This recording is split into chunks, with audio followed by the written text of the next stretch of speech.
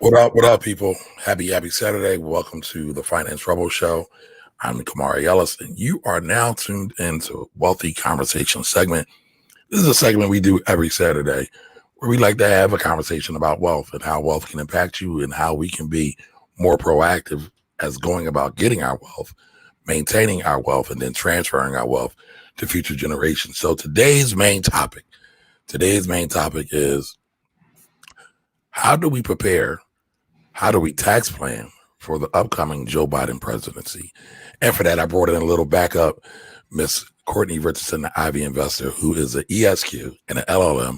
And what does ESQ and LLM mean? She's a lawyer and she has a master's degree. And she has a master's degree in taxation as a lawyer, right? Because you can't be anybody else but a lawyer when you get an LLM. So she's special in that kind of way, but she's not just a tax attorney. She's also a state planning attorney, and also a real estate attorney. So Courtney's here. And I probably shouldn't say she's backup, right? Because Courtney has the most appearances on my show than anybody else. So that must mean I like her, but maybe not. But I don't know. But she's here, so clearly I like her, right? I'm just playing. So say hi to everybody, Courtney. Hello, good morning. What time is it? Good afternoon. I was like, good afternoon. Yep, it's good afternoon. It's 12:08, so we got started a little bit late. That's my fault. But the other thing I wanted to mention is Courtney's also my partner, or one of my partner in the Black Wealth Project, which comes on every Sunday at 7 p.m. So if y'all want to tune in tomorrow, it's going to be a hot one. We are going to be talking about the Black church and if the Black church has a negative ROI on the Black community. So make sure y'all tune in. But again, like I said, today we're talking about tax planning under the Biden presidency. I see one of the comments that says, oh, so Joe Biden won. No, Joe Biden has officially been projected by just about all the states that were contested by Trump. I'm seeing lawsuits being thrown out. Just for the record, right? The AP, the Associated Press, has declared Joe Biden to be the president-elect of the United States. That's usually the process. All the states who come in, there were a couple of states that were being contested, right? You had Georgia, PA, Wisconsin. Still being contested. What's that? Georgia's still being contested. They're actually, the Secretary of State decided that they're going to do a hand count of all the ballots. Yeah, they did decide it was going to be a hand count, but AP has projected that for Biden. Mm-hmm. Arizona finally came in. That was another one that was kind of contested, but Arizona came in. That was declared for Biden. Is PA still in court, or what are we doing with that, Courtney? Do you know? PA has been in court a couple of times. My last time that I have heard, I think all of them have been thrown out. I don't know. I mean, the thing is, when we talk about something being thrown out, it's actually there's some type of issue with the claim. So I don't know. It's been a circus. Right. I will say this, that the judge said basically to Trump's attorneys in the Commonwealth of Pennsylvania, I'm not playing with you guys today. So lie if you want as a member of the bar. And for some reason, they got it together. I don't know what the result of it was, but that was basically telling you, I'm not playing with you on this here day. Get it together. Don't lie to me in my court. Amen. Right. So I mean, that's big. That's big. So yeah, but I'm a keep planning, and I know Courtney's going to keep planning like Joe Biden is going to be the president. He is the president-elect right now. I mean, as we kind of go on into the show, we do know that the Trump administration is not granting Joe Biden any access in the transition team, which would normally happen by now because the actual president would have given his succession speech and acknowledged that he got his ass whooped. But you know, the guy we're dealing with, the Hitler impersonator, the Cheeto tiger, or whatever you want to call him, he's not doing that. He has no level of decorum, but people still think he's great. But I don't know. But you know, go figure. But anyway, again, we're going to talk about tax planning under Joe Biden because that's where we're going to see it. Before we get started with the show, I just want to acknowledge everybody. Stacey, Joe, thanks for joining. Adrian, morning, says morning to me and Courtney. All right, not me. Yes, Courtney Courtney, I said Tortney, sorry. About to call her Taxney. Courtney is a tax superstar, Don. You are correct. And Don, by the way, thanks for that tweet. Again, I don't know how you do it. I put a tweet up and 20 seconds later, you retweet. But you're the man. Don be on it. I don't really tweet that much, but when Don's like, poop, poop, I'm like, hey, Don, hey. Yeah, like, hey. Don, we going to have to find a job for you or something, bro. We going to have to get our money up. Hey, Tiffany, how you doing? Katisa, how you doing, lady? How you been? Ooh, the black church, etc. Yep. Yes. Get your Martin Luther King fan. You know I ain't a fan if it ain't got MLK on it. Funeral home. Let's see what else we got. All right. So listen, y'all know I like to run through the numbers for the week. All right. The S&P 500 closed at 35.85. The S&P 500 is at almost 11%. It's at 10.97%. So 3 more basis points is at 11% year to date. All right. The last 2 weeks have been great weeks for the market, but everybody said, oh, the Joe Biden presidency is going to cause a major sell-off in the market. It's going to cause a depression level sell-off in the market. I guess the markets missed that. I don't know. Oil right now is at 40.12. All right. It's still down 29.15% for the year, roughly 29%.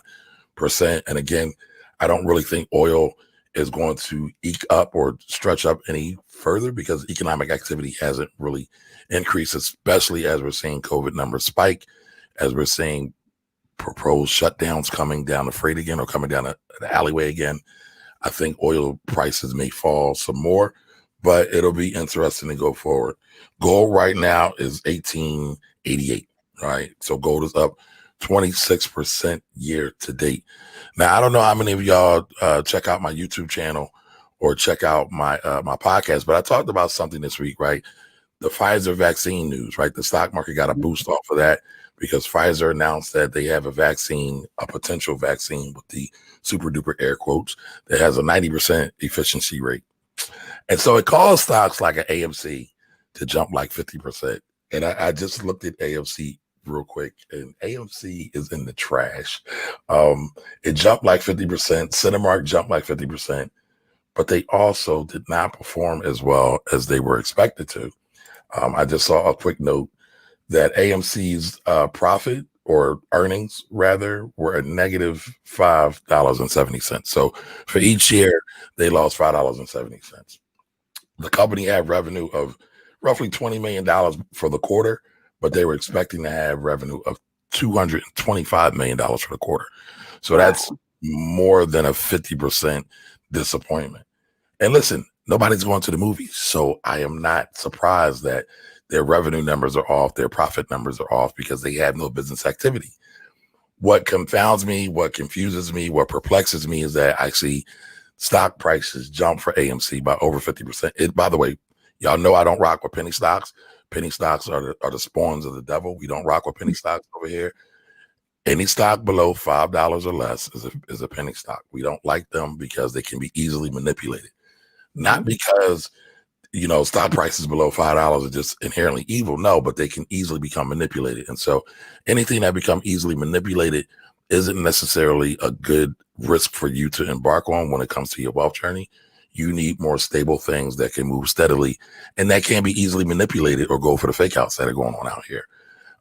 If y'all are interested in that, do me a favor, Google 50 cent and penny stock, 50 cent penny stock. And you'll see how 50 Cent made a couple bags off of, I won't say he manipulated penny stocks, but the penny stock he was in got manipulated, ironically. And I'm guessing his star power had absolutely nothing to do with that. But check that out. But anyway, I'm seeing the markets jump up like this trial is the next coming of Black Jesus. And it's not. It hasn't been approved yet by the FDA. There's some things that are still missing, y'all. So when we see these stocks jump up by 50% and we wonder if it's a good investment, ask yourself this one question. Has the business improved? Now, here's the deal, right? There is often a displacement or a lack of correlation between the stock price movement and the business price movement, right? So those are short-term analogies. Now, y'all know I am a big proponent of beginning investors investing and not trading. So I don't even propose you all look at the short-term, short news event blips because they typically give all the money back. So AMC jumped up about 50%, but right now week to date, they're only up by 20%. So they gave away 30% of that 50, right? And so what happens is many times we will get into the stock late and we will miss it all because many of the institutional people are there first. They already see the move. The algorithms or the computers have already seen the move. They're already able to take advantage of it. And then here we come along, right? Because we want family and we want to jump in because we want to ride the wave like everybody else. We want to get on the bandwagon. No, and no. All right. Because again, you're not going to be able to move as fast as the algorithms and the other institutional traders that are on the floors. You just can't do it. You have to understand your position. And again, I talk to beginning investors. My show is for beginner investors. My show is for people who are beginning their wealth journey. So don't try to follow along, yo. It's just a recipe for pain. Courtney, you got anything on that? I mean, you hit all the points. I mean, it's a recipe for pain. Don't chase. I tell people all the time, people will chase the news, but I'm like, what's the real story? And I always want to know, like, what is really not written in the headlines. Like, yes, they have a vaccine that has 90% effectiveness. Okay, great. But the real story is, to your point, has it been approved? What's the improvement timeline? And as you could talk about all the stocks that all the companies rather that have been adversely affected from people not being able to be in close quarters. So looking at your Ticketmaster, you're looking at your AMC, you're looking at all these companies, they popped up because it's, oh, look, we're getting back to normal again. No, we're not. To your point, Kamari, we're so far out from it, but that's the underlying story. And I think a lot of people miss the underlying story because everybody's hopping on the good foot, which is okay. You can hop on the good foot, but, please understand that, to your point, the institutional traders have screens and they have algorithms and they run programs differently than we have. So that being said, that they're going to catch something that, and we'll be on the other side of it. That's always my concern, is that, listen, I don't want you chasing, after, what's being said in the market. But then also, you also said a very valid point, is that sometimes when a stock jumps, it's actually like a correction. So, I mean, I don't like using this example, but I think it's the best one that I have that I know of personally, is that when President Obama's administration said the DOJ was no longer using private prisons, the private prison stocks, I believe, dropped 55 to 80% in that day, just in one trading day. Boom, right. Dropped that habit. But the thing is that if you know anything about private prisons, the biggest user of private prisons in the federal government is Immigration and Customs Enforcement. So, and if you know anything about government, also, that government, if two agencies are taking the same position, they'll do a joint statement, or their statements will be right at the same time or right after each other. And I was looking for, I saw DOJ, but I was looking for ICE. ICE, where you at? Where you at, ICE? I don't see you. I don't hear you. What's going on? So in my mind, I already knew that ICE was not taking the same position. So I knew that it was an artificial drop. Now, interesting enough, or unfortunately enough, what ends up happening is that when Donald Trump was elected on that day, I know Core Civic, which was formerly Corruption Corporation of America, Core Civic jumped $7 in a day. Boom. Because the idea was, and again, I think to a certain extent, it was actually making up for the artificial drop. But then on top of that, people got excited about that particular company because they envisioned that, number 45 would actually not change the position of the DOJ or ICE for that matter.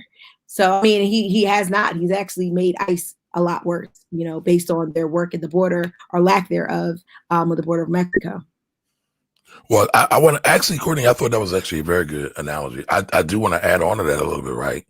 Just understanding the industry in which the company is in, right? Courtney said Obama announced one thing and the stock didn't react. Well, the stock reacted, but it didn't change the core fundamentals of it. Why? Because the government moves very slowly, right? So even if it were to happen, it would take a while for it to take place and unwind.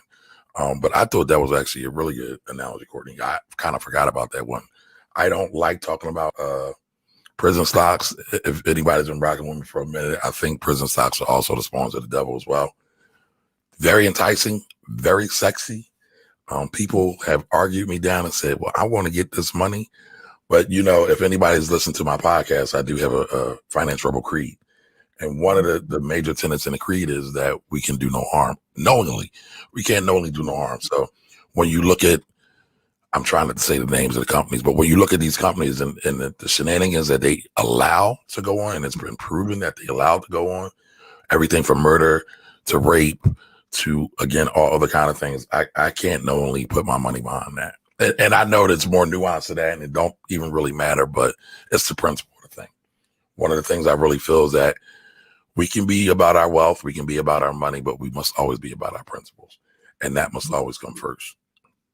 So Courtney, you ready to talk about the big topic at hand?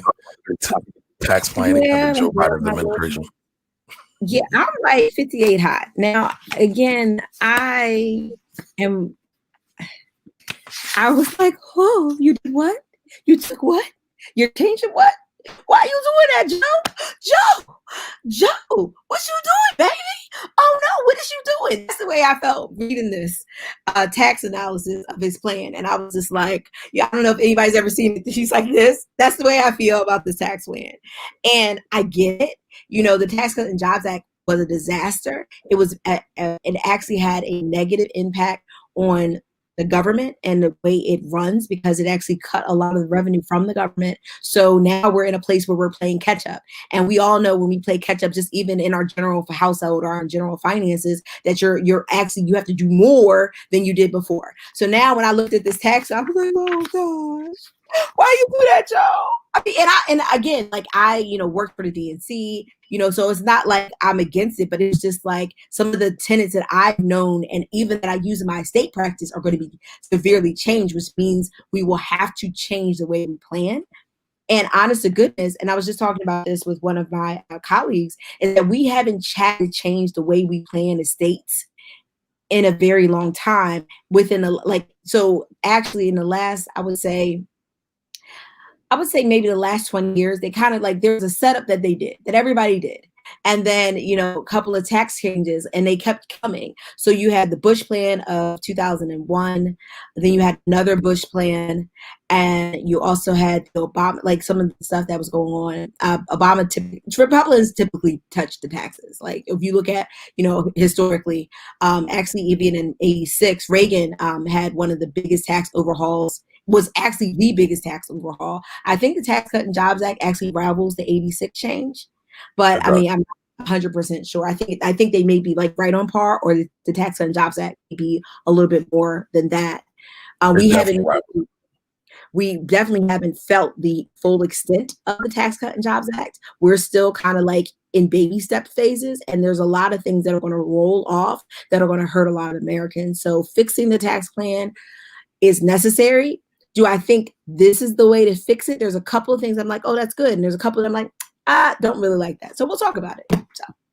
So I'm going to state this like from get-go. I actually don't have that big of a problem with Biden's plan, but I want everybody to realize that this tax plan isn't going to be in effect anytime soon. The earliest it's going to be in effect is 2022. They're not going to be able to change anything in this current tax year or the 2020, 2021 tax season. So we're safe for about a year. And so we still don't know, right, what's going to actually happen, because remember, it's still going to be a bargaining process going through Congress or the House of Reps, and then also through Senate. And there are still a lot of Republicans who are in power and Senate. There's 2 seats up for grabs in Georgia, but the Republicans aren't just out of the way. So it's not like Joe's going to have it his way the whole way through. So just keep that in mind, y'all. But time out for a second. Tax Cut and Jobs Act, a lot of the quote, we're going to get hit, I think, is it this year? I think 2021, I think, is some of the taxes. I'm sorry. No. You have sunsets, and then you have some that will be permanently installed. Correct. So some things are going to come back, and then some things are going away forever. But I think the way they had it done, and this honestly is from like the top of my head, because this is my memory of the Tax Cut and Jobs Act. And let's be very honest. It was the name of the bill was actually ruled out of order by the parliamentarian, just as a little tidbit. So it's technically, the name technically is HR1. I just think that's hilarious because it's the pettiest. It's like you can't even name bills right. You got ruled out of order. But I do share, but I think it's hilarious. But I do share a couple of things. Is that there were some changes that are going to affect us, like next year, year after next, that are actually going to increase our like the common everyday person's taxes. And it kind of has been ratcheting up every year. And I think, and like I said, I don't remember verbatim, is that my recollection is that it was basically going to ratchet up after the next election. So basically, you would get this loving feeling of taxes, and my taxes went up. And then, kind of you get hit in the head after the election. So I believe it will be the 2021 tax year. You're going to get hit in the head. And I'm just like, yo, like this tax bill is the devil, and the Tax Cut and Jobs Act. So I see where we went with Joe's, with Joe's moves, but it's just like, can we just meet in the middle though? Can we just meet in the middle? Can we meet in the middle? Please, please. But, again, everybody, there's a difference between campaigning and there's a difference between governance. Correct. So typically folks make a promise on what they see it should be. Again, they have to go through Congress, between the House and the Senate, and then kind of fight it out and come up with what it's actually going to be. We know some things are going to change. Like, let's start at the top, right? We know Joe Biden is pushing to change the top tax rate back to 39.6%. Right now it's 37%. And these are all, and like Courtney kept mentioning, right, the Tax Cut and Jobs Act were a lot of things that were changed. That was changed in the Tax Cut and Jobs Act. Also, he's looking to push the corporate tax rate back up. Right now, it's at a low of 21% at the top max percentage any corporation will pay, back to, I want to say, 35%. No, it's 28. It's 28. 28. Okay, sorry, 28. One of the things, y'all, I just want y'all to notice, there's so many numbers when we're dealing with tax, and I've been in the tax field industry for over 20 years. Sometimes it becomes mind-boggling, and I will confuse numbers from time to time. So just bear with me, y'all. I do it all the time. They're like, what number did you mean? I'm like, what did I say? What I said? You tell me what I said. I'll tell you if I'm in it. Now, if y'all were here, we actually talked about the Biden plan versus the Trump plan. I want to say 2 or 3 weeks ago. We talked about the difference between the two. So a lot of this, though, is going to be heavy on the Joe Biden side and what we need to do in order to plan and get ready for this. Because, again, largely the tax code is the tax code. And, again, Courtney says this, I say it. I'm going to steal Courtney's line, right? The tax code is a cheat code, right? So if you're really serious about wealth, you really have to get your money in line with the tax code so you can take the biggest benefits from the tax code, because taxes, at the end of the day, is the biggest expense you'll ever have over your lifetime. That's a great one. I'm going to take that one, though. I'm going to take the one on the back end. That taxes are the biggest expense of your lifetime, because it is. It really is. So that's awesome. That's not mine. I stole that from somebody else. Or I borrowed it. I borrowed it. Yeah. I would give attribution, but I don't know who said it originally. But it's true. Like, if you just take the time and add up all the taxes we pay, we are overtaxed. Now, I am not the anti-tax guy. Please don't come here talking about taxes are illegal. I got my lawyer by my side today, so we can talk about that too, because I know a lot of y'all love that. But listen, taxes are the costs that we pay to live in a civilized society. If there's no taxes, there's no schools. If there's no taxes, there's no roads. If there's no taxes, there's no police. Even though I know a lot of us got a problem with police, if there's no taxes, there's no firemen. All right? So just keep that in mind when we're thinking about taxes. So, all right. So it's 28% for the corporate side. That's what Joe is proposing, right, Courtney? Yep, 28%. He's actually doing something else with the corp, so I thought was really interesting. He was saying that they're going to do a book tax. It's a book profits of a minimum tax. It's kind of like the AMT, which is the alternative minimum tax, on book profits of 100 million or higher. So basically, they're going to pay their corporate tax or the 15% minimum tax, and they still have the allowance for the net operating losses and and foreign tax credits. So it's basically saying, listen now, Amazon, you can pay some tax now. Now you're not going to pay everything because you got your NOL, your carry forward losses from all these years, but you're going to pay some taxes. And I think that's honest. I think that's kind of fair. Like you were able to carry forward all those losses. Great. You were able to sustain a business that is actually now profitable. Good for you, cuckoo, cuckoo.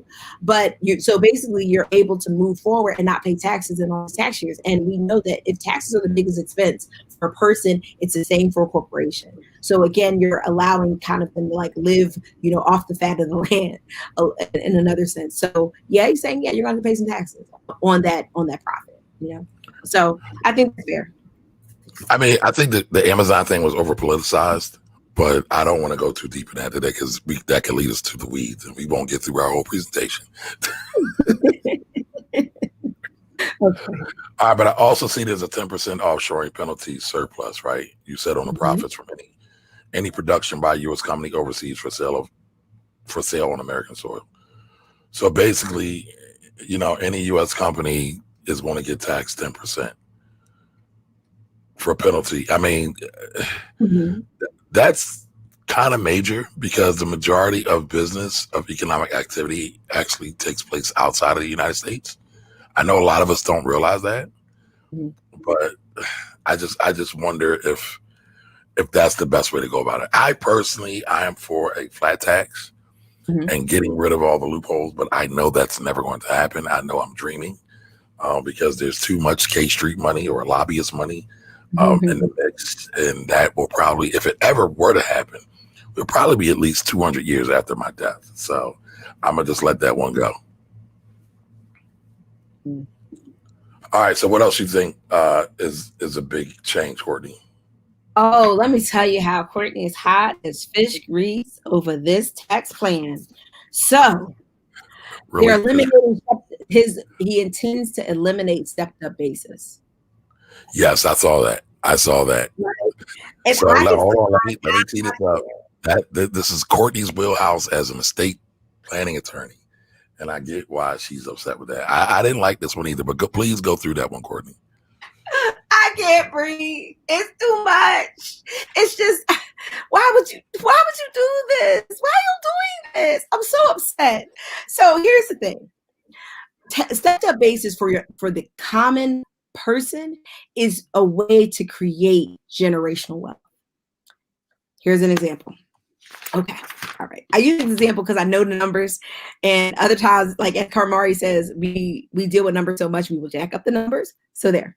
So, all right, my grandparents purchased their house 1950 something, 1958 actually, 1958, and they purchased it for $8,000. I think that's pretty good deal. But the property is now assessed somewhere around $200,000.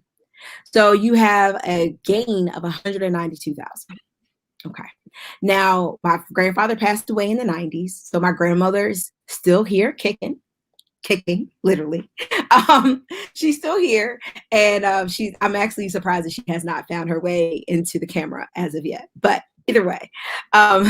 So the house is appraised approximately $200,000. So you have a gain of $192,000. Now, under stepped up basis, that $192,000 normally, let me back up. $192,000 would be considered the gain. So if something happens to her and it goes to my mother or my uncle or somebody else in the family, they would actually get what we call the basis at the time of death, which would be $200,000. But they would only pay taxes on $200,000, anything above $200,000. So say they sold the property at $210,000, we'll just say. So they're only paying taxes on that $10,000, that $92,000 of $9,200,000, excuse me, of gain from 1958, gone. No one's paying taxes on that. That's stepped up basis. So if someone passes away, you get a asset, you get what's called the basis or the fair market value at the time of death. Time of death, fair market value, usually, not all the time, is usually appreciated from when the asset was initially purchased. But it really creates an opportunity. for, regular people to kind of get wealth and not have to pay taxes on it. And that's what a lot of regular people do.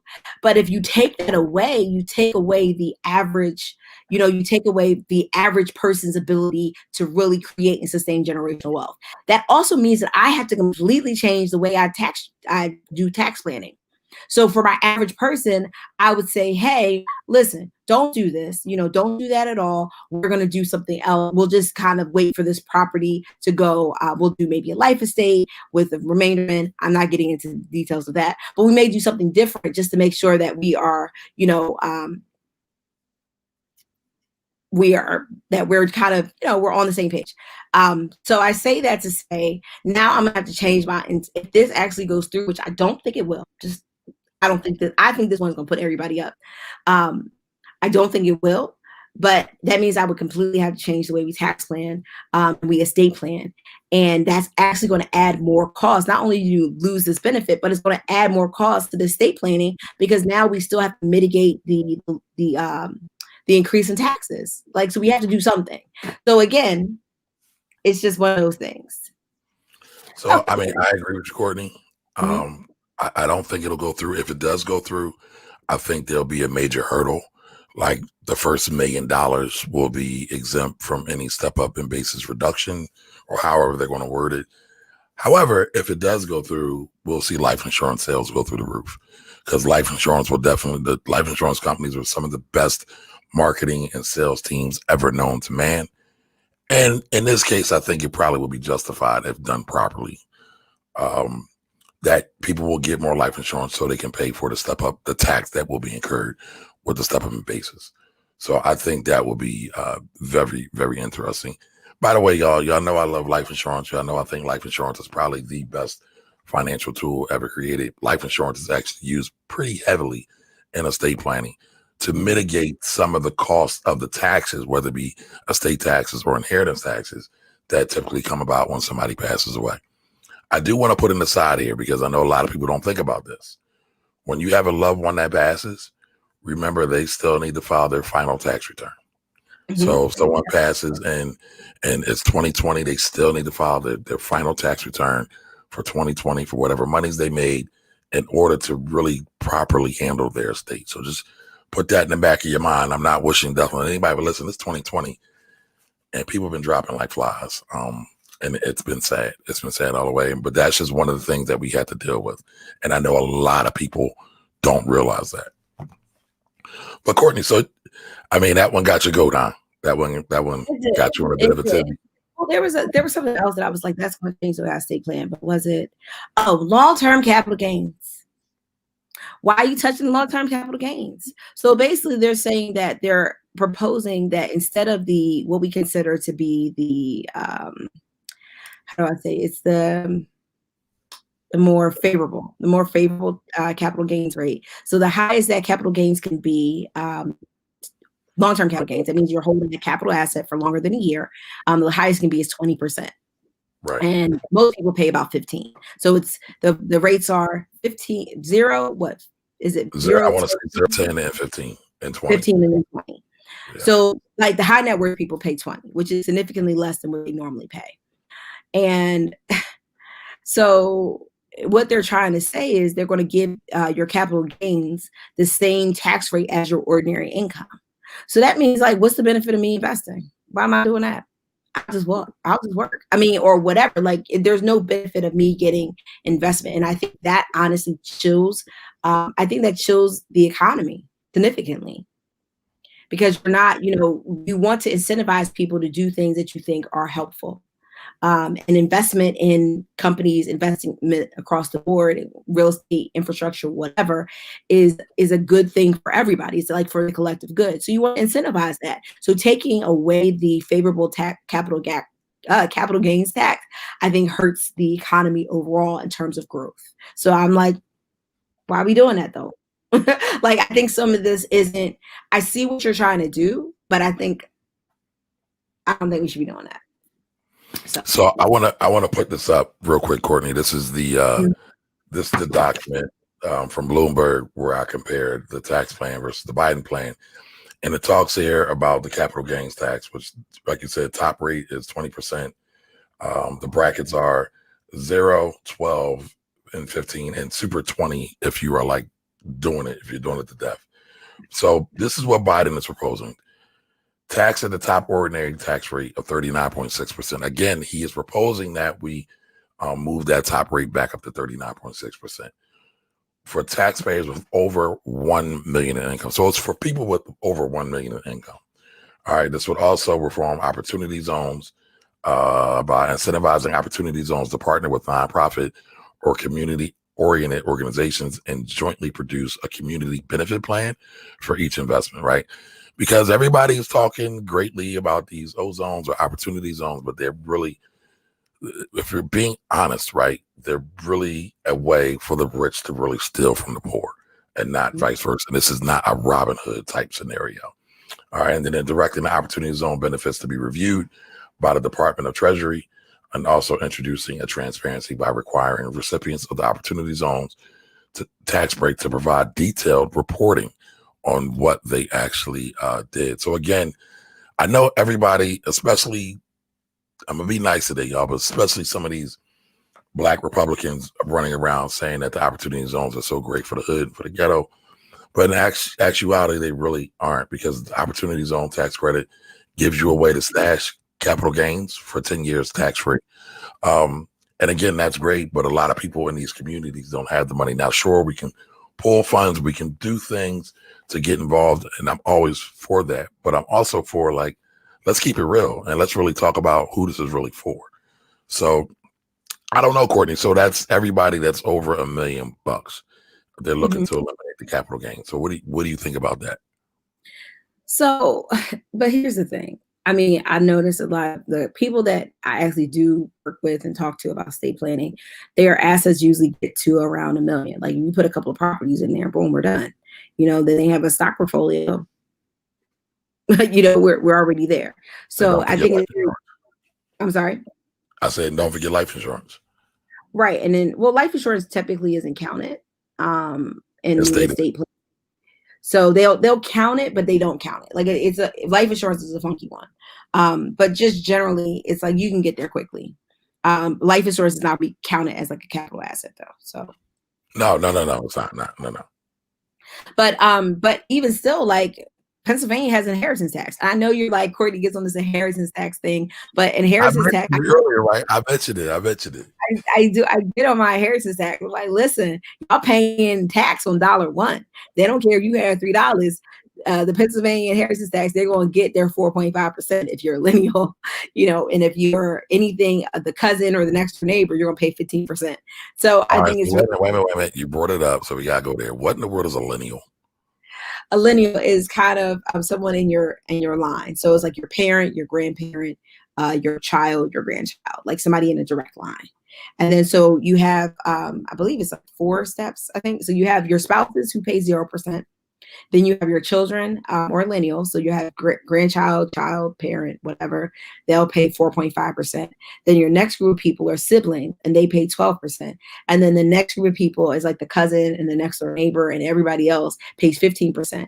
I don't really love the inheritance tax structure because it basically penalizes someone. It's an archaic structure, but it penalizes somebody for not having kids. So if I have siblings and I don't have kids, then my siblings have to pay 12%, but my kid, like, really? Come on, y'all. Like, it acts as a penalty. I don't like it, but go ahead.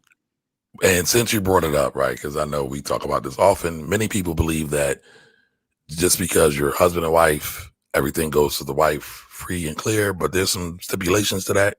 Can you touch on that real quick? If you do not die with a will, and you're in Pennsylvania, because I can't speak to any other state, you don't die. If you do not die with a will, you will die intestate, which means dying intestate means you die with a will. Dying intestate means you die without the will or without a will. That being said, is that in Pennsylvania, if you die without a will and you have children, it depends on if your children are of the marriage or not. If the children are of the marriage, then the spouse gets the first 30,000 and then splits the rest 50-50. So just to kind of put it in perspective, I'm just going to do some quick math. And if my math is wrong, y'all just have to deal with it. So, so if the wife or the husband dies with $100,000, we'll just say that the wife gets the first 30,000, excuse me. So that's going to be 70,000 that's left over, and then you're splitting that 45,000 and 45,000 to the kids. So the wife will get, I don't know, 45 plus 30. I'm looking at it, y'all. I have to look. If I don't look at paper, it's not going to work out well. So 75,000, right? Is that right? And I feel like that's wrong. Well, the wife would get the first 30,000, right? Right. Unencumbered. It's the first 30. Let me do this on, because I'm not going to embarrass myself in these streets. Nope.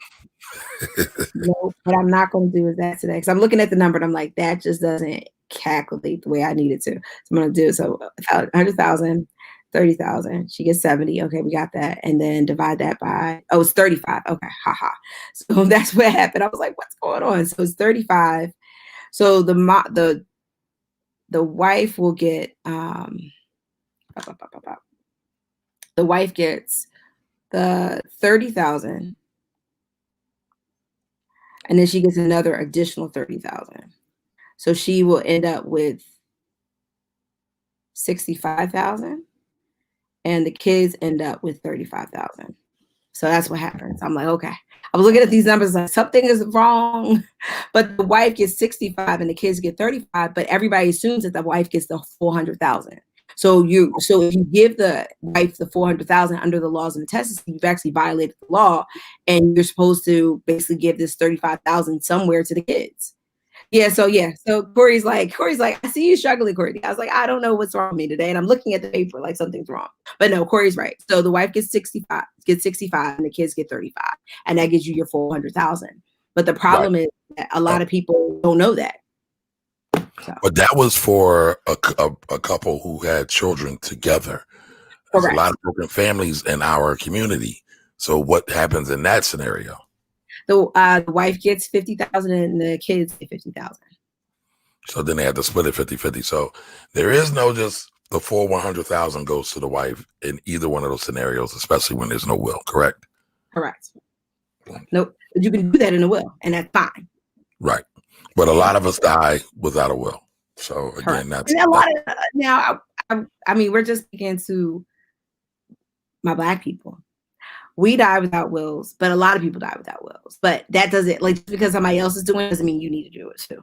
Because again, because of that, when you don't have these safeguards, well, basically a safeguard too. When you don't have safeguards, that's what happens when we end up having tangled titles. We end up losing assets because we don't have the proper succession and people don't understand, and it just causes a lot of chaos. So avoid the chaos.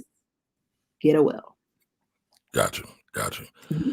All right, just real quick, checking in. Don Johnson says easy to support good people. Thank you for that, sir. Good morning. Corey, our brother, our BWP brother. How you doing, Corey? Thanks for chiming in. Douglas, I never knew about the filings, the last tax return. Yes, it's a major thing. Wife would get 65K. Thanks, Corey. Thank you.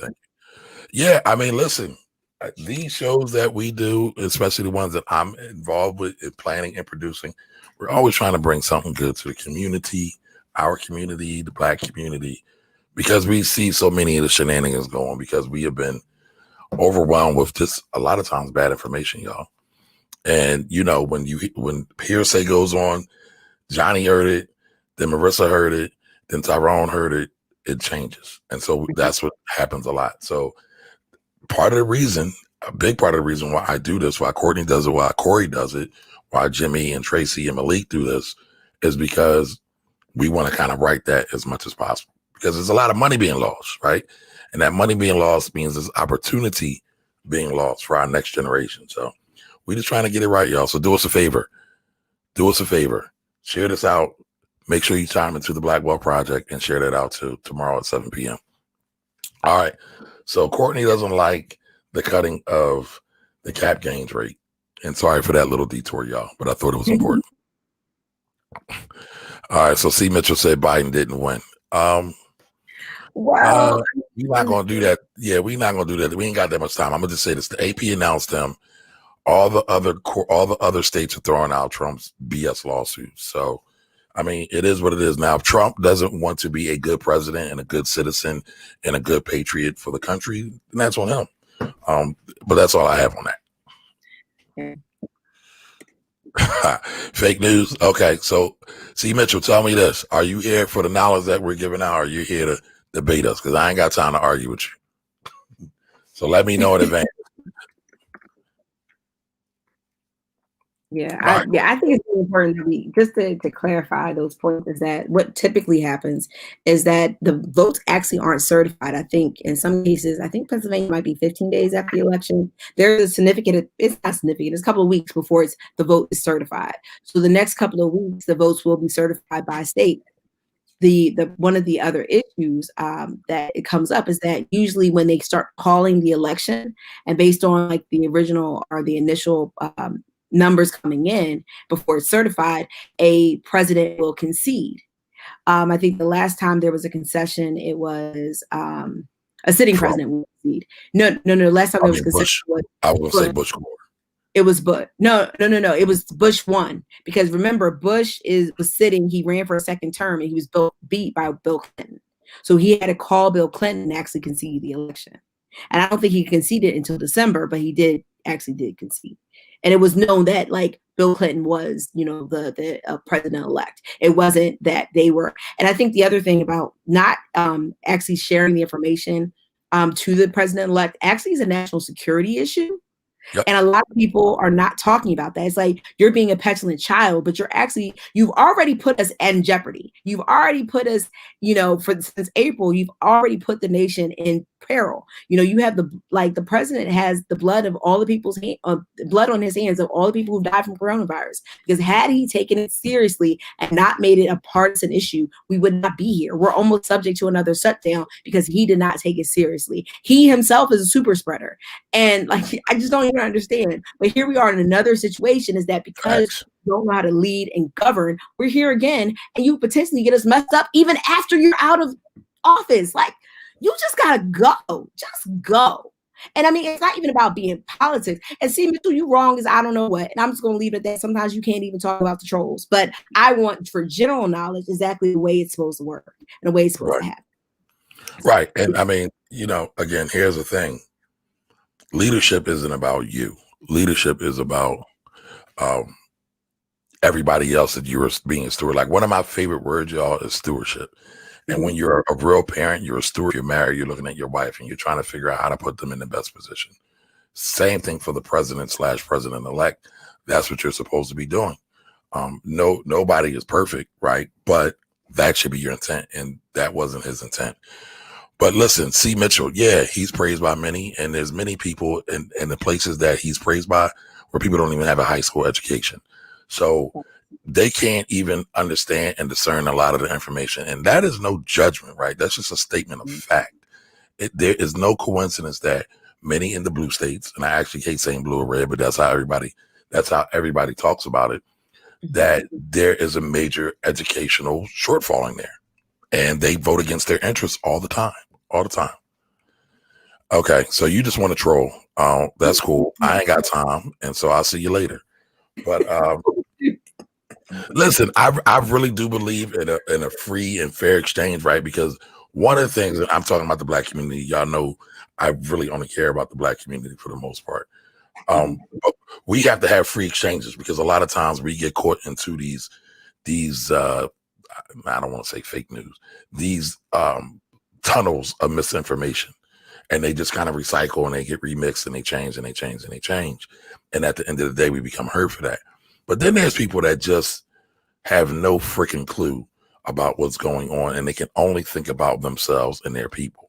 Sadly, Black people have never had that luxury in this country or even in the world a lot of times. And even when we're fighting for equality, we're fighting for equality for everybody, even our oppressors, if that makes sense to y'all. Y'all can get that. But later for dude, he's a loser. I do like free exchange. No, I do, because I do think varying opinions help. Like I'm a guy who I listen to the Fox News. I'll listen to CNBC. I'll listen to CNN. I'll listen to NPR because I don't want to just get information from one source. I want to be able to kind of understand all sides of the conversation. And I feel that's the way we all have to be if we're really serious about being objective and moving in the right path. But enough about that. So we're talking cap gains rates. What other tax thing did you see that was really interesting, Courtney? So I was okay. So I said this. He expands the child and dependent care Yep. tax credit, which I thought was dope.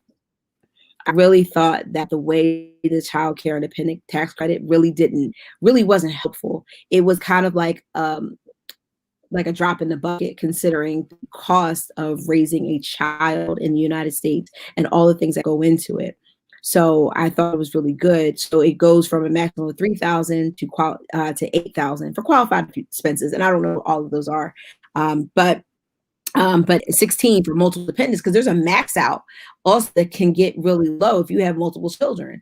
And I think that's also something that doesn't really the tax code doesn't really kind of appreciate, or the drafters of the tax code. It's like, no, if you have more kids, it doesn't like max out at some point. Like there's no point in diminishing returns. It still goes up, So I think, that should be taken advantage of. And then also there is it's a child and dependent care tax credit. There's a child tax credit. So that's also good. And there's a bonus for people who have children under the age of 6, which can conceptually are probably in daycare. Daycare is a whole salary. So I think that's awesome. And then also there's reestablishing the first time home buyers tax credit. And I'm like, finally, because again, I mean, you want the average person to be able to participate in all the things that the United States has to offer, one of which is still, for better or for worse, the American dream. Like you could opt out of it if you want, but a lot of people still have it to own their own home. But as prices increase, it becomes cost prohibitive. So actually getting a credit actually works very well. And I was really saddened that it did go away. So I think kind of bringing those things back for people and the average American, which he said, I think that actually really does something. But my problem is a lot of people generally don't understand the tax code. So when they see kind of these things, they really don't understand how it impacts them. And I feel like everybody feels like the tax time is like lottery time. Ooh, what do I get? And it's like, no, we should kind of have an idea of what's going on before we actually fill out the forms. Yeah, I want to add on to that just a little bit too. He also expanded, and I'm reading here from the Bloomberg analysis, he also expanded the income base from 125 a year to families making up to $400,000 a year could potentially get a partial credit. I'm sure it'll be super low, but it's still something that's for your average American family, which, I'm for that. I think it's a great idea. Again, I don't know if it will get through in its entirety this way, but I'm for it. I like that. The other thing he's talking about too is canceling student loans or making them tax free. And I want to say that's anybody below 10,000. I got to find that actual note though. And the other thing, go ahead, Tori. Sorry. I think one of my bigger concerns is that the student loan debt, I think the numbers that they come up with are kind of arbitrary, because those who have significant, like crippling student loan debt, again, $10,000 is a drop in the bucket. And I think we really need to think about, for example, like when I went to law school and I had my last 2 years paid for it. So my debt is not as astronomical as others, but, we're not making the money that people made in the legal profession, prior to 2008. So law schools have not changed their pricing structure to accommodate for that. And if you want to go into public interest law, yeah, you can go into public interest and then in 10 years have your loans forgiven. But 10 years in public interest, also the salaries are not that high. So that being said, is that you're not getting a really high salary. So you're getting your your loan forgiveness, but you're also taking a hit. So it's like 6 in one hand, half a dozen in the other. And I think these are the professions that you want people to be in, that you want your doctors, you want your attorneys, you want your engineers. So you want to, again, and the tax code has the ability to incentivize certain types of behavior. I think they should incentivize these types of professions because we need them. And that's not just me talking because I'm an attorney, but in general, is that incentivizing certain types of education. And I think, honest to goodness, I think if we actually incentivize certain types of training, I think we would be better off as a country. Because I think a lot of people, and I know we get into it when we talk about liberal arts. I'm not a really big liberal arts fan. I have a philosophy degree. So I'm going to say that with full and fair disclosure. But I think if we incentivize more people to get into engineering, we incentivize more people to be apprenticed in plumbing and in the trades, I think we would have better outcomes across the board. Because I think incentivization is like it's not dead and it's not gone. So incentivize people to do something else. Like if you need, and I mean, there's a lot of gaps that are going to happen. The baby boomers have kind of been, they've been actually dying in their professions, which means there's a huge void and a huge intellectual capital gap that has to be addressed too. So, I mean, I would definitely be for incentivizing different trades. I'm all for that. I'll be honest though, I would be for more Black folks because again, my show is for the Black community. I would be for more Black folks having more liberal arts. I know many of us feel that we should go to college to get a good job. I'm not one of those. I'm just putting it out there up front. I want better thinkers, and typically the better thinkers can make more money at the end of the day and not just be tied to one particular type job. And also can really think through a lot of these issues that, our previous troll that was just joining us clearly didn't have the benefit of thinking through. But, and again, that's also a personal matter of preference, right? That's just how I see it. I do think this is really big to note, right? Biden is wanting to end the SALT cap limit. And what SALT cap stands for, everybody, is state and local tax, which includes your real estate tax. So we are in Philadelphia, PA, and Pennsylvania. Philadelphia has a city wage tax. The state has a income or wage tax. I want to say Philadelphia's wage tax is like 3.5% roughly. The state is, I want to say 3.07%. So that's roughly 6%. If you make $100,000 and you have real estate tax tied on top of that, that's, $2,000 or $3,000 or $4,000, you have exceeded the SALT limit. The SALT limit is $10,000. Mm-hmm. So again, if you and your wife or you by yourself, you make $100,000 a year, 6% of that is $6,000, right? Then we add the tax bill on. It's really easy to pay $4,000, $5,000 in the Philadelphia surrounding suburbs where many people live, and it's that will take you over the SALT cap. I mean, so you get to lose out on any additional things or any additional monies that you paid out in way of that. And Courtney makes a great point where he says Trump actually penalized many of the blue states because many of the blue states have your tech industries or your more white collar professions, your more educated folks. And it was definitely a slap against them in that way. So, go ahead. Very partisan bill. And I think a lot of people don't realize it was an extremely partisan bill. And it wasn't just, we disagree on some things. It was partisan because it was really just trying to get the blue states. Like it really did. And it was so frustrating that that's actually what the move was. And it was kind of like giving people an option on front and then not doing it on the back. I was very disappointed with the tax bill. Yeah. Vermishon, you're not off. I think it is 10K. I just didn't want to directly cite it because I can't think of where I read that at. But I do believe the first 10K is being proposed to be written off. So no, you're not way off. And thank you for that. Melanie Allen, how are you? Mo Rigo, how are you? Welcome. Yes, you got to be open to varying views. I agree. And we got to be able to talk about it and have a real dialogue without shouting, hollering, and cussing at one another, right? We have to use real facts. Yeah, facts matter. Facts matter. This alternative fact world that we've been living in the last 4 years is really frustrating. And again, a lot of people are like, well, Courtney's a Democrat. She's just like, no, I am a Democrat, yes. But there's certain things that I'm like, I don't get down with that either. But we can at least can we disagree about, once we can disagree, we can agree on facts, like stipulated facts in court. We have stipulated facts. These are the facts. And then anything we go beyond that is, kind of up for debate. I need some stipulated facts that we're all going to agree to. And one of the biggest problems that I've noticed across the board, and this is where we're going to have a disconnect, is that people are using their own set of facts and kind of coming up with their own conclusions. So one of the things that has been said is he had 73 million votes. Yes, he did.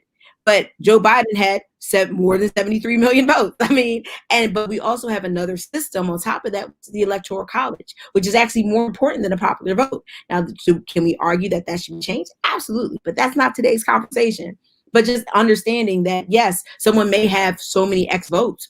Absolutely. But that may not make them the winner in a particular type of system. And that's where we are. So when we can't even get to the point of that we can say, yes, this is true, but this is not true.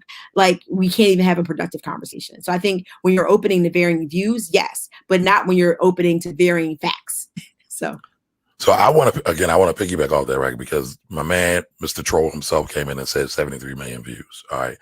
That's cool. But what he did was he was skewing the argument, or he was presenting a false narrative, because he was trying to say that it was 73 million views. 73 million votes, and that he clearly won. And that's a lie. And sadly, and y'all forgive me if y'all feel that I'm being elitist, because I get called that sometimes, but I'm not. I'm really not. Sadly, people won't go and research that. Right. And then we'll have people go and just say the same old dumb shit over and over again until it becomes gospel. And that's sad. And it's very, very dangerous. I'm going to say this last part, and I'm going to try to get off my my box. I saw Black Enterprise tweet out something with one of the Black Republican people who I think are very dangerous, not because they're Black Republicans, but because they're Black liars. And again, they do the same thing that guy did. They'll present one thing and leave out the other thing, where it's being presented as this great truth. But in actuality, it's very misleading. It's a lie. And so all I ask is, y'all, don't believe me. Don't believe Courtney. Go do your own freaking research, y'all. Right? I'm not trying to be nobody's leader, nobody's guru. I'm not trying to be nobody's king. If anything, you can call me a teacher, but ultimately the best teachers always try to lead you to think for yourself and be your best self. And that's all I want to do. And I'm going to speak for Courtney. I think that's all she wants folks to do as well. Yeah, I agree. I mean, there's so many opportunities out here to get good information. There's so many opportunities. And I think I was telling Kamari a couple of weeks ago that everybody, to me, that I know that are thinkers, they've all had kind of their experience with bad facts. And they've actually taken themselves to a next step and said, okay, I've been inundated with bad facts, or there's something that wasn't right. So I was telling them, like, I think when I was 11 or so, they were touting the 500-year anniversary of Christopher Columbus coming to the United States. And I remember like asking my, and I went to Catholic school. So Christopher Columbus is Italian. I believe he was Catholic. So this is a big deal. So the conversation was like, he discovered America. And I was kind of like, well, and of course we learn about Thanksgiving and things like that. And they're like, I'm like, well, wait a second. How do you discover something that somebody was already there? Like, I was really confused about that as an 11-year-old. So, I went home to my parents. And I was like, hey, guys, how can he discover something that's not there? And they were like, oh, okay, you got there. Awesome. Sit down. Let's talk about it. So we went through this kind of like whole book of litany. I read Julius Lester's Become a Slave, or To Be a Slave, which is a book of slave narratives. So I come out of this book and he's like, and I'm like, how did this happen? How did anyone like treat people this way? And they were like, okay, well, now that we've kind of cleared up this mess, my parents kind of laid the foundation for proper education, because a lot of times what we are being fed in schools is not completely the whole story. Like, Christopher Columbus did not discover America. I don't know what he did in 1492. He did sail the ocean blue, but a lot of the other parts of the story are actually not correct. So, and I think that's very important for us to talk about. Very important. So this is a little bit off topic, but Courtney, I want you to address this because I think it's important. Sean brings up, are there good documents via LegalZoom for estate planning? Could you please provide some links for good sources for estate planning? Thanks, Sean. So no, LegalZoom is not the option for estate planning. Absolutely not. Now, do I think they are the option for LLCs? Maybe, but you can do it yourself. But for estate planning, especially with the rules and regulations that are done in the Commonwealth of Pennsylvania, typically, you have to do some additional steps. You have to have witnesses, notarize, has to be all this other stuff, which you can do. But estate planning isn't just a will. It's not just a document. It's a plan for what happens to your stuff when you die. That's what it is. I mean, a lot of people think of it as something a little bit more elegant than that. But no, it's like, what do you want to happen with your stuff when you die? And LegalZoom doesn't have the capacity to kind of walk you through, because it's only spitting out something that you told it. But the thing is that one of the things I love about estate planning as an attorney is that you're pretty much a detective and you're asking a lot of questions because and also I just did a estate plan where I had to ask about, how somebody wanted their kids to be handled if they or their spouse was no longer here. And that was a real question. And they had to get back to me in a couple of days, like, okay, let me think on this. I'll get back to you. But these are the things that kind of a program is not going to do for you. And the thing is, when you don't know how bad an estate plan is or how good an estate plan is until after somebody dies. And unfortunately, it's really too late. So we really want to get in front of it. So that basically means like you measure twice and you cut once. So basically go to a estate planner and you get it done. I mean, wills aren't that expensive unless you have a whole bunch of stuff. And if you have a whole bunch of stuff, you definitely want to go to a estate planner. So I hope I answered that for you. Let me push back real quick, Courtney. And sometimes people go to LegalZoom because they don't have the funds. Sean, I don't know if that's you or not, but I want to ask this question for everybody, right? So what if you don't have the funds to pay for a will? I mean, I've heard wills range anywhere from $300 to $3,000, right? What if, they're bottom of the barrel, they're down on their luck. What can they do to facilitate a will for themselves at that point? So legal aid, gracious. Legal aid, also local law schools.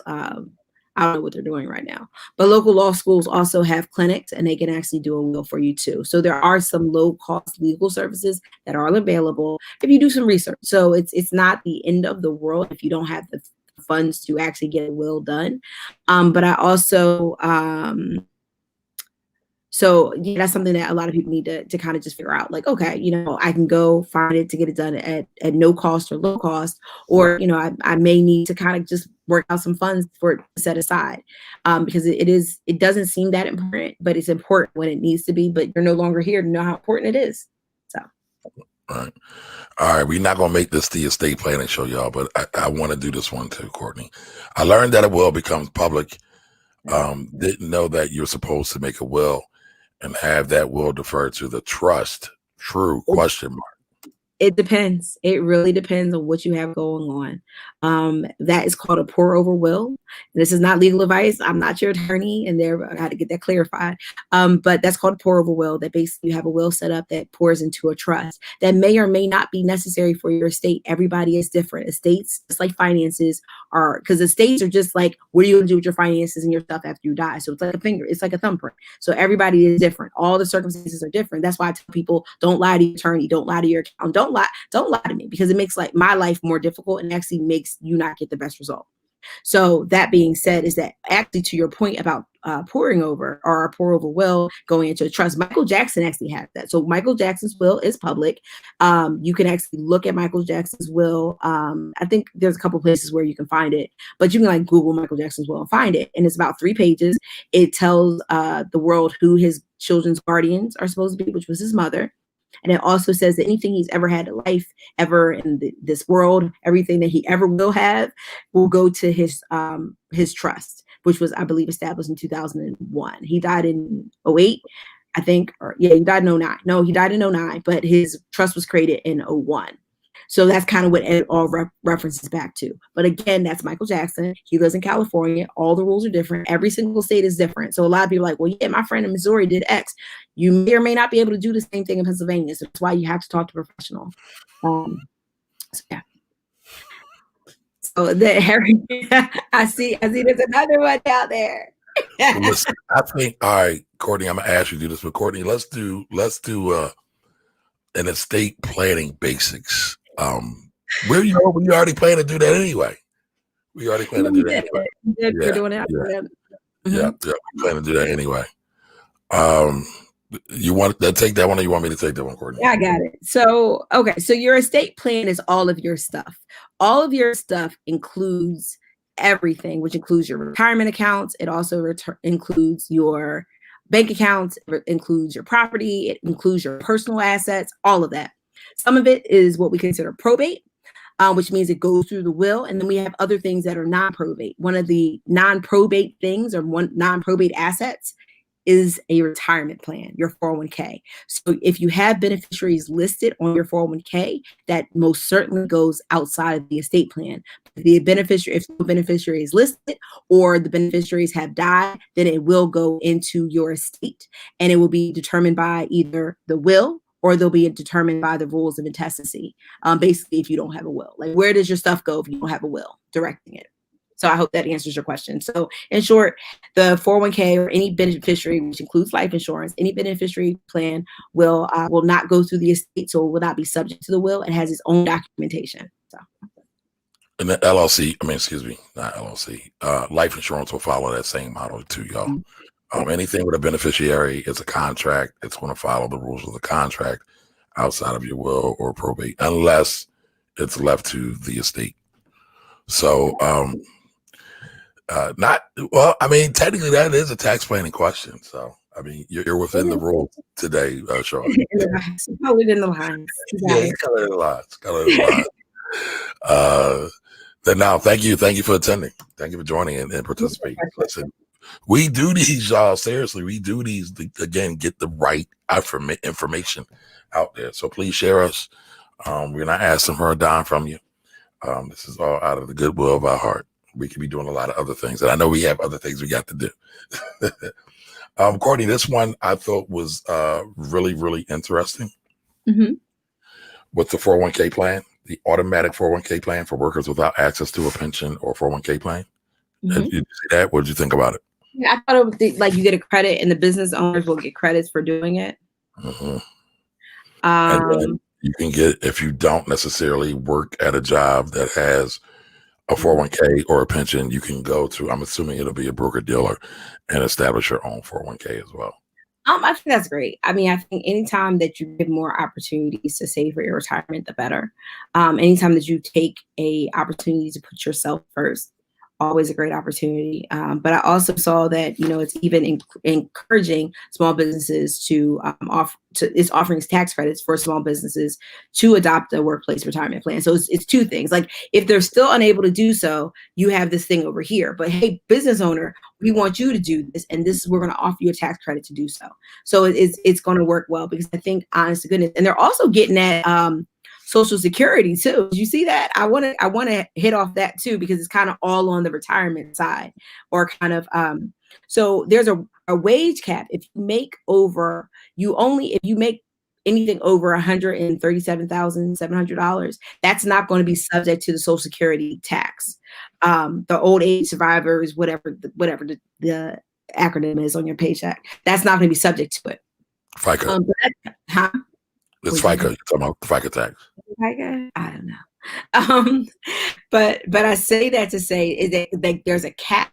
So now they're saying anyone who makes over $400,000 is going to get hit with this tax. Is going to get a 12.4% tax for Social Security, which I think is helpful, because it's like, no, you got to put it into the pot. But it's also interesting that it creates a gap. So it says anybody who's going to basically anybody who makes over $137,000, $137,700,000, whatever. Gracious, I'm having issues today. 137,000 plus, we'll say. Anyone who makes over that but makes under 400,000 is going to kind of get like there's a hole there. So they're not going to be taxed from, whatever over 137,000. If they make 200, that money's still not going to be taxed. It's just going to affect this kind of upper echelon of people. So it's just basically getting at, quote, the 1%. I was going to say that, you're taxed up to the first 137,000. It's usually a 12.4% tax that's split between the employer and the employee. So the employer pays like 6.2%, and the employer pays the remainder of that. But the way I read it, Courtney, was that they aren't going to stop at just 137,700. They're going to keep going up to 400,000 and beyond. That's the way I read it. I didn't see it as a squeeze. My resource, and when I read it again, it does create a hole. It's kind of like a gap. It's a gap between that 137 and that 137 is kind of like your cap, and then it's kind of gap until 400,000. So if you make 450, then a portion of I don't know why they did it this way, but basically a portion. So 137,000. 137,000 is going to be hit, and then you make 450. That 50,000 is going to get hit too, but that middle section is not going to get hit with the Social Security tax. I don't know, and I don't know if that was just poor drafting. I don't know. That's basically my legal people said, and I checked it. I was like, that's odd, and I think it was really poor wording, and I don't think it was worded properly. But that's how it stands in the language. Right. I like that, and I don't like it. I like it because there's an issue with Social Security. Social Security probably is the most or the best governmental program that's ever come out. For the most part, it does what it's supposed to do. However, you have other governmental agencies always borrowing from the Social Security trust to use it for other things. So that's mainly why there's a shortage in Social Security. So for people like me and Courtney, we can't even really rely on Social Security when we retire. Most of us aren't thinking about it. I know I am not. If I get it, it'll be great. And listen, I think it'll be there, but I just think I'll have to work a lot longer to get it at some point.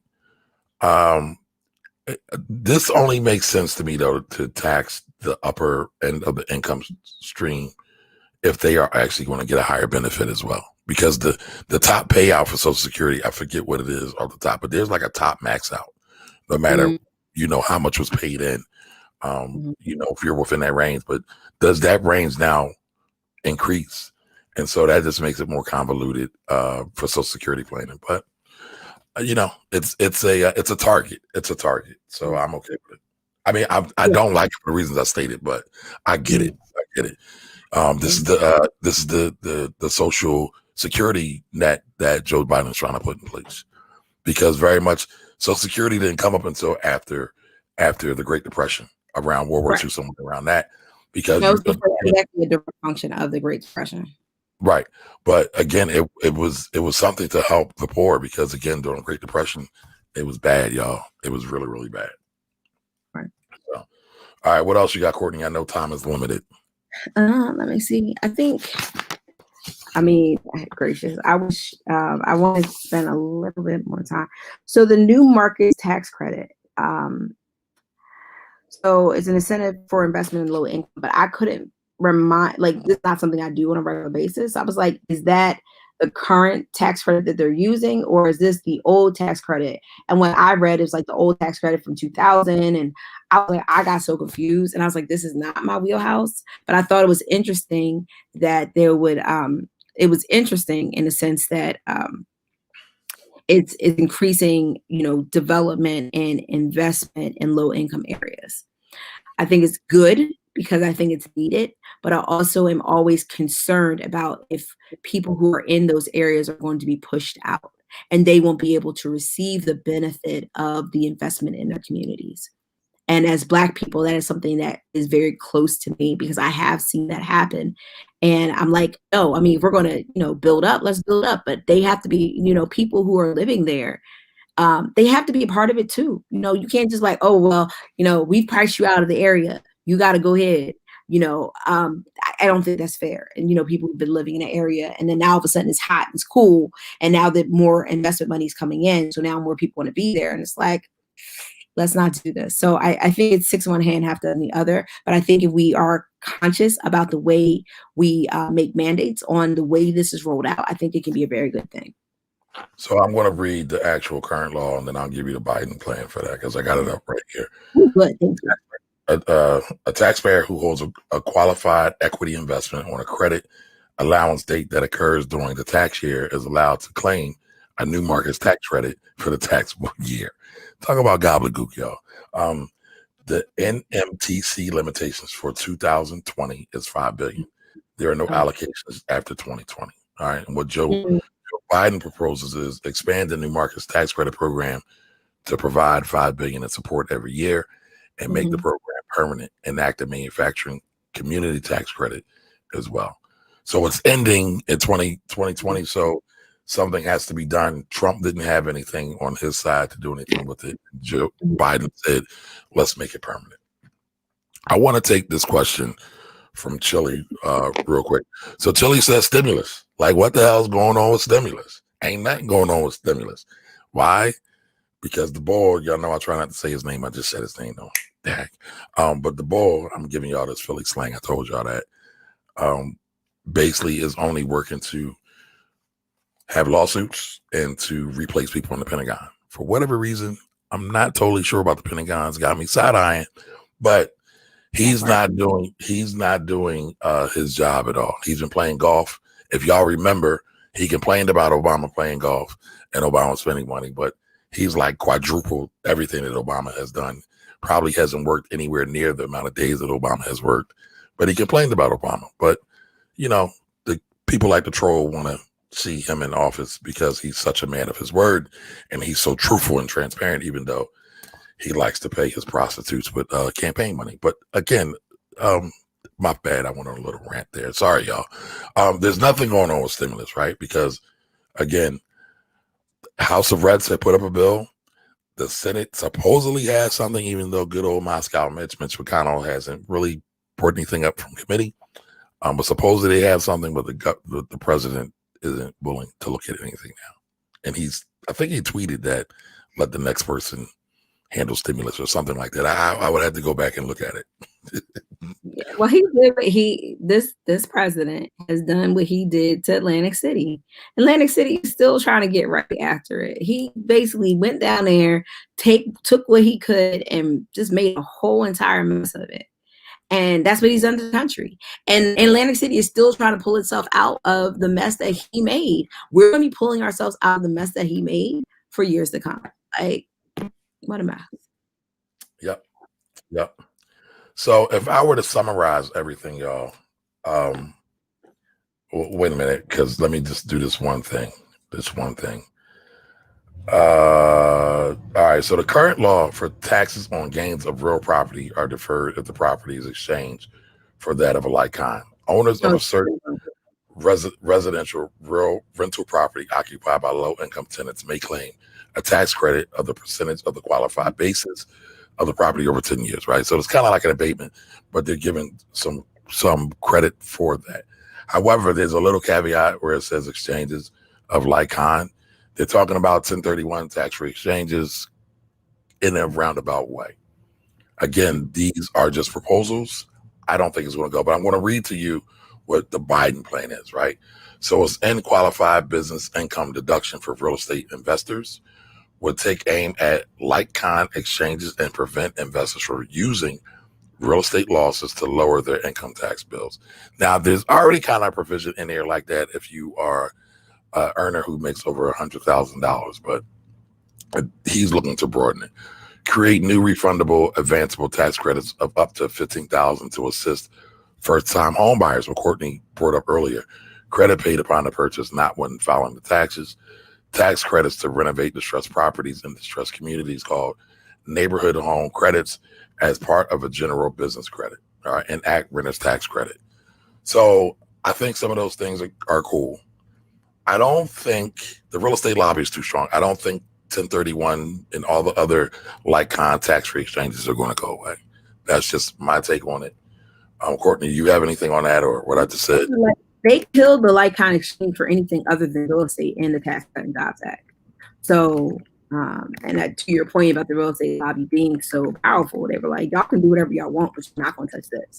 So, and then also I think, again, it was very partisan, self-serving bill. So he's in the real estate. Why would you take away something that you benefit from? So, yeah, but I mean, I don't know. I think, so here's the other thing. I wish more people knew about the 1031 exchange and actually used it, especially if you're a real estate investor. I think a lot of people get very excited about flipping because flipping is sexy. But when you're flipping, you're basically buying a property, rehabbing it, and selling it. You're losing a lot of the benefit that real estate has in the tax code. So I consider people like, getting a multi-unit, flipping it, rehabbing it, doing what you want to do, and then occupying it. And then even if you want to buy something else later on down the line, any gain that you have from that property you get to roll that over instead of actually getting taxed on it. Now there's some rules and regulations, but again, it's something that, as real estate investors, I would really like to see more people take advantage of. So when I think about the whole conversation we just had, what would I be telling my clients to do? What are things that they should be thinking about? I definitely think they should be maximizing their 401k contributions. Do me a favor, y'all. Again, another mini rant. Please don't listen to these social media gurus / idiots that tell you the 401k is bad. It is not. It is one of the best financial tools that's out there. Is it perfect? No, it's not perfect. Go ahead, Courtney. I'm sorry. There's so many 401k millionaires that exist. My mother was able to retire from bankruptcy just using her 401k. Like, that's how powerful it is if you know what you're doing. You have to educate yourself. But there's a lot of people that think it's cute to say negative things about the 401k. Now, was the 401k extremely expensive at one point? Absolutely. Have they been up and down courts, jumping up and down about fixing those numbers? Absolutely. And they've been successful. And they've also fixed the fees, and they've also fixed the investments that are in the 401k. So is it great? Is it, as Kamari said, is it perfect? Absolutely not. It's not perfect, but it's actually a really great tool that a lot of people are not taking advantage of because they don't understand it. And that is a problem. And that's something that Kamari and I talk about all the time, is that, you're giving your retirement plan information along with your dental and your medical. I barely understand my medical plan. I'm just like, I don't know. I can pick whatever I want. And how much do I got to pay? Oh, okay. I mean, I had a medical health insurance license. So please understand, like, these things are not, different. So There are it's a lot of paperwork and a lot to understand. So then you add your retirement plan in the mix and nobody knows anything. And so it really makes it worse. But again, so when you hear this 401k is the only way for poor people to stay poor or be broke in retirement or whatever, it's fake news. And we've had a proliferation of fake news entirely too much in this last 4 years. Don't allow somebody to contribute to the nonsense. Facts. You definitely added on top of that. I think going forward, though, I think SALT tax probably will get repealed because it's really not good. It really doesn't benefit anybody, and it actually hurts a lot of the municipalities and the states that are blue, and it doesn't help the states that are red. So it's really nonsensical, in my opinion. But now we have a different configuration in the House, and it looks like it's going to be a different configuration in the Senate. Dems may not lead in the Senate, but they definitely picked up some more seats. So they definitely have some more leverage. But we still have to wait and see because Georgia's still in play. So we don't know. But as it stands right now, the Republicans won't have as much power in the Senate. So again, things should go a little bit smoother. Not going to say it's perfect though. I also again would look into real estate. However, caveat. I get labeled the real estate hater. The reason I get labeled the real estate hater is I tell people all the time, real estate isn't necessarily golden goose. You got work to do, right? I've been a property manager. I used to manage about 50 doors. You will get calls in the middle of the night. Now, you could always get a property manager to handle that for you, but a lot of times people don't want to do that because they don't want to pay the percentage or the fee the property manager does. However, as a tax benefit, real estate is always going to get great credits or great benefits from being a real estate investor. Some of the things that Courtney kind of talked about a little bit about Amazon, and we talked about prison stocks, they're able to do so well because many of them get major real estate credits and benefits. So that's something else I would be looking at in terms of planning.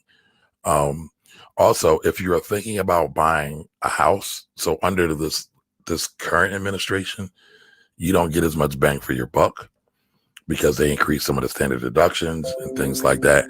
I would be looking at potentially house hacking, which is basically, having a multi-unit, you live in one and then rent out the others because you'll get a better tax benefit. Plus you can get the benefit of potentially a higher income yield. All right. And again, I would also think about starting a business if you are so inclined to do it. Don't do it just because, right? But if you're inclined to start a business, I would definitely look at that as well. There's a lot of breaks and advantages many small business owners have when they document their transactions, meaning the money coming in and the money going out, along with, paying attention to the law and working with the law and using the law, as Courtney always says, as a cheat code. But that's kind of been the same. Now there's these smaller little nuances that me and Courtney kind of looked at. But again, I still say if you're really serious about your wealth, you got to be thinking about being an investor, a business owner, or a real estate investor, or all of the three. Courtney, what do you think? What do you think? How do you think a person should be positioning themselves in this new administration that's coming in?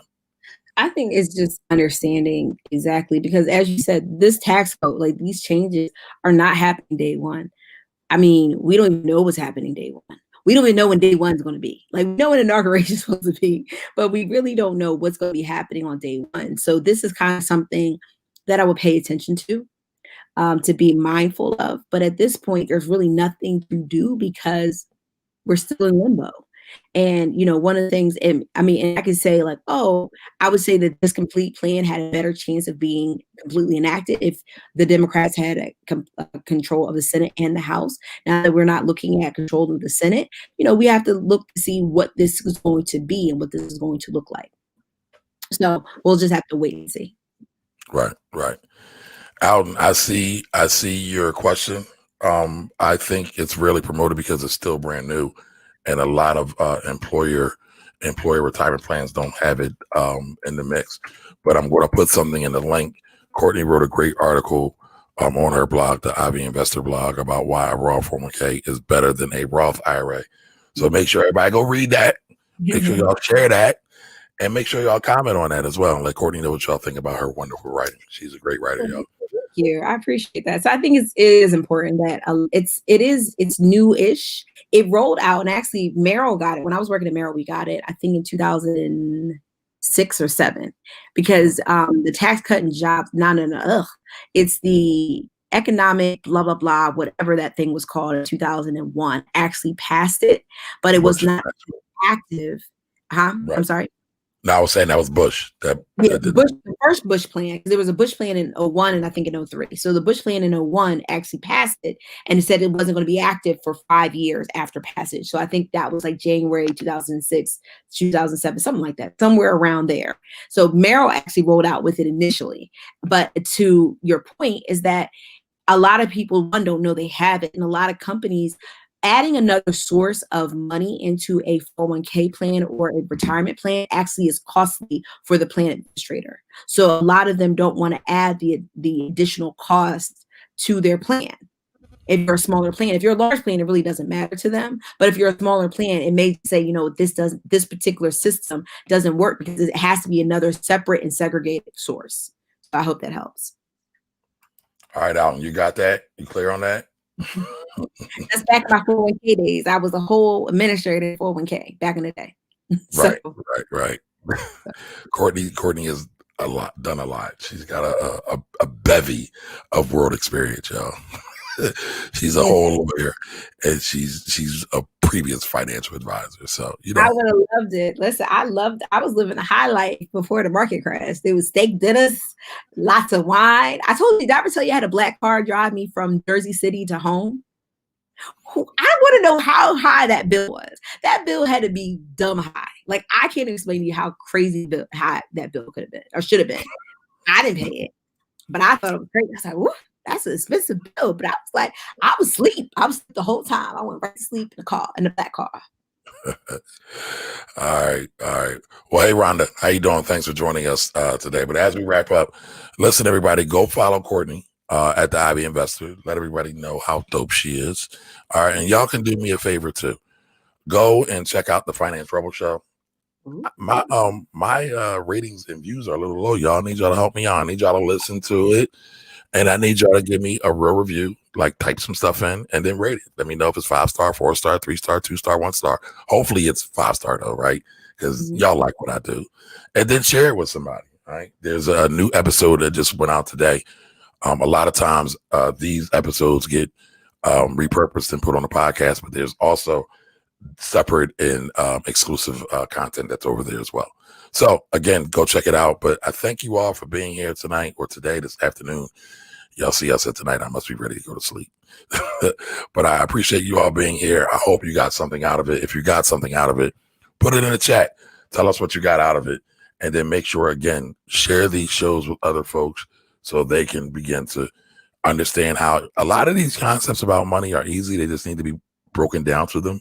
I believe I do a pretty good job breaking them down. Courtney does an excellent job of breaking them down.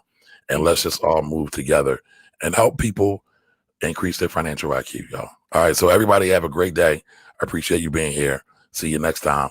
Remember, tomorrow is the Blackwell Project at 7 p.m. Topic, does the church have a positive ROI in the community? See you again. Bye-bye. Bye-bye.